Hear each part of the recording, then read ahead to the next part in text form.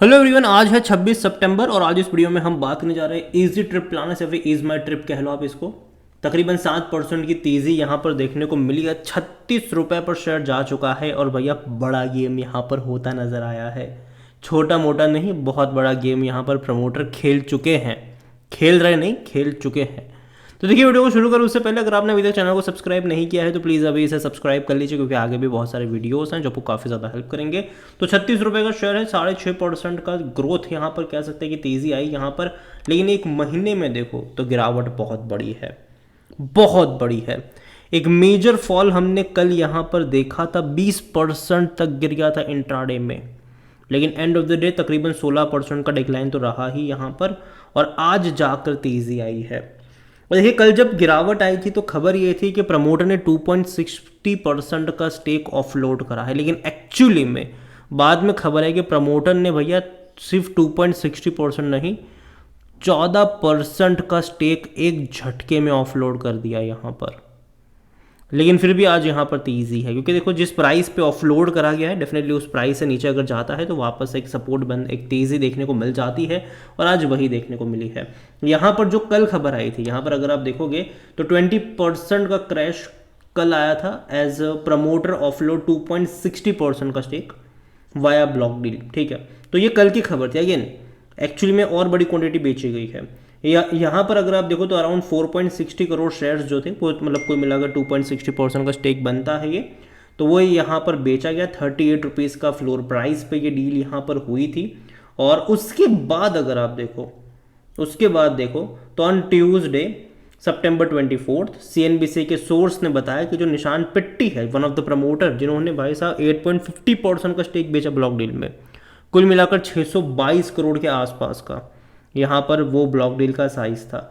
अब सोचिए यहाँ पर कि प्रमोटर ने पहले क्या किया, यहाँ पर कि पहले प्रमोटर ने लोगों को काफ़ी ज़्यादा आश्वस्त करा कि भाई साहब हम यहाँ पर जो मैन्युफैक्चर, अगर आप देखो यहाँ पर तो प्रमोटर ने पहले पहले न्यूज़ आई, ठीक है, कि मेडिकल इंडस्ट्री में ईज माई ट्रिप जा रहा है।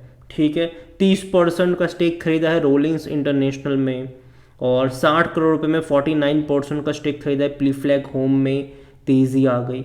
उसके बाद एक बहुत बड़ी अनाउंसमेंट करी जिसके चलते एक ही दिन में 16% की तेज़ी आई थी, और वो अनाउंसमेंट थी कि भाई कंपनी का जो प्लान है ईवी मैन्युफैक्चरिंग में जाने वाले, बस बनाने वाले। तब भी मैंने कहा था कि भाई साहब मत खरीदना इसको, क्योंकि इस कंपनी का कोई प्रायर एक्सपर्टीज़ नहीं है बस बनाने को लेकर। ठीक है, और आप बस खबर के दम पे ख़रीदारी करते हो तो यही होता है कि उसके बाद जब तेज़ी आती है तो भैया प्रमोटर ने फ़ायदा उठाया, और यहाँ पर 2.60% या फिर 8.5% नहीं, प्रमोटर ने कुल मिलाकर यहाँ पर 14% का स्टेक बेचा है।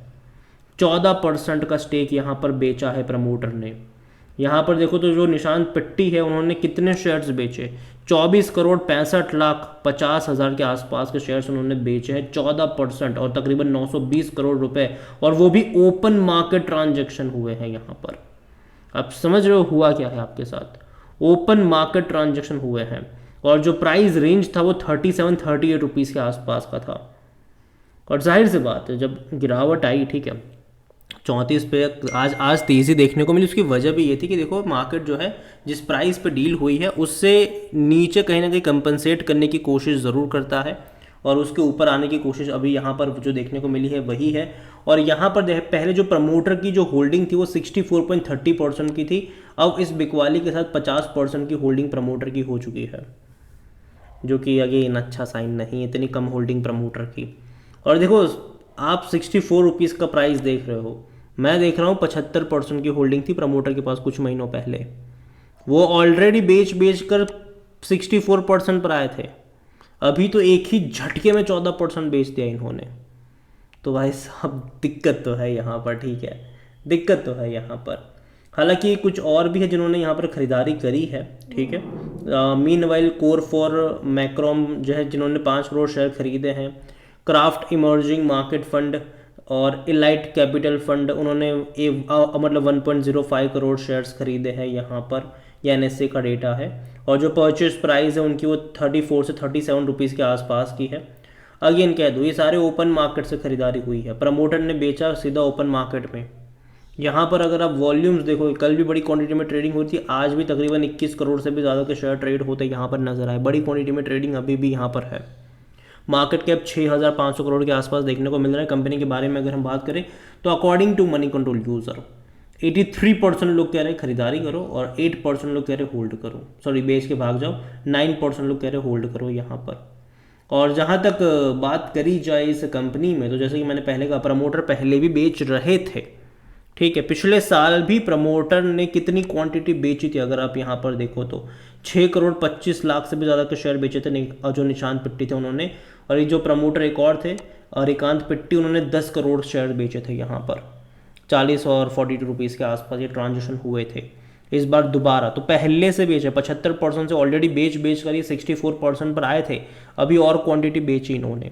डिविडेंड अगर देखो तो इस साल पे नहीं किया है इन्होंने, हालांकि बोनस का गेम खेला ज़रूर है।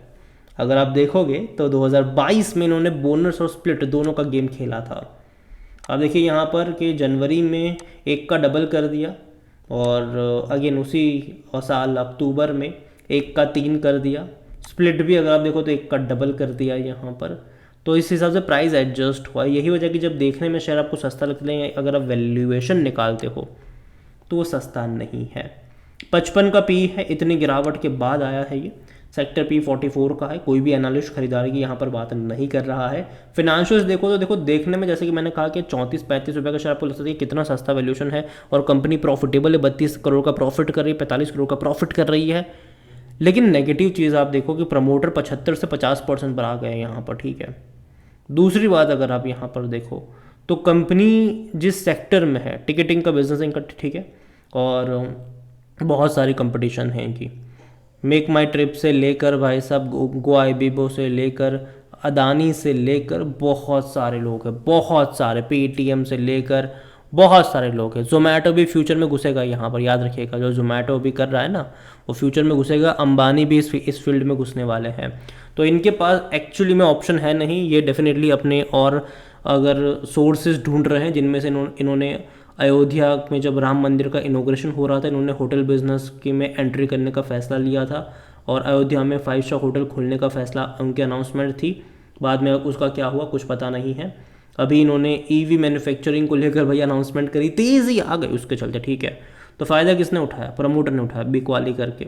यहाँ पर शेयर होल्डिंग के बारे में अगर आप देखो, प्रमोटर की होल्डिंग 64.30% की, और जैसे कि मैंने कहा प्रमोटर अब तक बेच रहे थे। और अगर आप देखोगे तो खरीदारी किसने करी है, तो रिटेल इन्वेस्टर ही खरीद रहा है यहाँ पे शुरू से। इवन जब प्रमोटर की 75% की होल्डिंग थी, तब रिटेल इन्वेस्टर की जो होल्डिंग थी वो सिंगल डिजिट में थी। आज वो रिटेल इन्वेस्टर की होल्डिंग भैया 22-22.5% पे आ चुकी है। वही खरीदारी यहाँ पर कर रहा है। अब देखना ये है कि जब नेक्स्ट क्वार्टर का शेयर होल्डिंग पैटर्न अपडेट होगा सितंबर का, तब देखना रहेगा कि जो प्रमोटर की 64 से 50% पर जब प्रमोटर की होल्डिंग आपको देखने को मिलेगी ना, तब मैं दावे के साथ कह सकता हूँ कि जो रिटेल इन्वेस्टर की होल्डिंग होगी ना वो 30% से भी ज़्यादा की होगी। जो माल चिपकाया गया है ना वो रिटेल इन्वेस्टर को बहुत ज़्यादा यहाँ पर चिपकाया जा रहा है, और ये कहीं ना कहीं थोड़ा बहुत कंसर्निंग ज़रूर है। ओवरऑल मैं इतना ही कहूँगा इस कंपनी के बारे में कि देखो, मैंने पहले भी कहा था जब ये तेज़ी आई थी, एक दिन की जब तेज़ी आई थी यहाँ पर, जब ईवी के बारे में उन्होंने बात करी थी, मैंने वीडियो बनाकर कहा भी था कि मौके नहीं बन रहे हैं, प्रॉफिट टेकिंग के मौके हैं इस लेवल पर। काफ़ी लोगों ने कमेंट में कहा था कि भूल जाओ, आपको कुछ भी नहीं पता है, ये 50 रुपये पर जाने वाला है। तब मैंने कहा था कि नहीं जा सकता ये, और यहाँ पर उसके बाद देखो तो ये है। क्योंकि यार भरोसा देखो, प्रमोटर और लगातार जब इस तरीके से बिकवाली करते हैं तो भरोसा करना मुश्किल हो जाता है, ठीक है। भरोसा करना एक्चुअली, और वो भी ऐसे टाइम पर कि जब पहले 2 हफ्तों से अच्छी खबरें चल रही थी इस कंपनी को लेकर, ठीक है। इस कंपनी को लेकर कि भाई हेल्थ केयर में एंट्री कर रहे हैं, ठीक है, यहाँ एंट्री कर रहे हैं, यहाँ पे 30% खरीदा, यहाँ पे 50% खरीद लिया, ईवी में ईवी बस बनाने वाले हैं, इलेक्ट्रिक बस बनाने वाले हैं। तो अच्छी खबरें चल रही थी, और अच्छी खबरों के बाद जब फौरन प्रमोटर बेच दे, उस अच्छी खबर से चलते जो तेज़ी आई उसमें प्रमोटर जब फौरन बिकवाली कर ले, तो कहीं ना कहीं वो अच्छा साइन नहीं होता है किसी भी कंपनी में।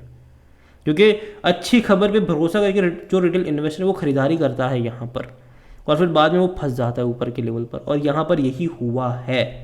और यही अगर आप इसका ग्राफ देखोगे तो यहाँ पर यही हो। इवन मैंने पहले भी कहा था कि 35 से 37 रुपीज़ का जो लेवल है वहाँ से बाइंग इंटरेस्ट आता ज़रूर है, लेकिन जब भी ये 43-44 की रेंज में जाता है, गिरावट यहाँ पर देखने को मिलती है।